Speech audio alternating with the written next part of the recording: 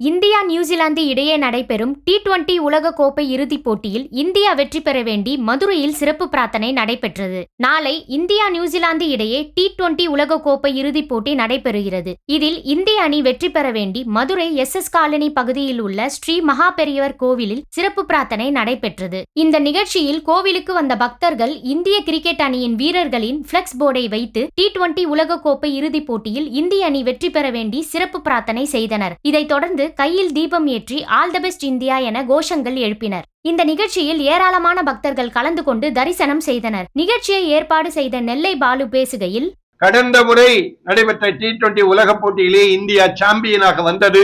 அதே போல இந்திய அணி நாளை நடைபெறுகிற நிகழ்விலே அணித்தலைவர் சூரியகுமார் தலைமையிலே நடைபெறுகிற இந்த அணி, அதே போல நல்ல பெரிய சாதனையை படைத்துக் கொண்டிருக்கிற சஞ்சு சாம்சனாக இருந்தாலும் இன்றைக்கு எல்லோருமாக இணைந்து ஒரு மிகப்பெரிய சாதனை இன்றைக்கு படைத்துக் கொண்டிருக்கிறார்கள். நாளை நடைபெற இருக்கிற நியூசிலாந்திற்கு எதிரான T20 உலக கோப்பை கிரிக்கெட் போட்டியிலே இந்திய அணி 250க்கும் மேற்பட்ட ரன்களை எடுத்து எப்படி ஒரு இங்கிலாந்திற்கு ஒரு சவாலாக விளங்கினார்களோ அதுபோல ஒரு மிகப்பெரிய அணியாக உலக அளவிலே இன்றைக்கு இந்திய அணி இருந்து நாளைக்கு நடைபெற இருக்கிற T20 உலக போட்டியிலே இந்தியா வெற்றி பெறும் என்கிற நம்பிக்கை எல்லோருக்கும் இருக்கிறது. அதற்காக இன்னைக்கு அனைவருமாக இணைந்து இன்னைக்கு ஒரு மிகப்பெரிய பிரார்த்தனை செய்து கொண்டோம்.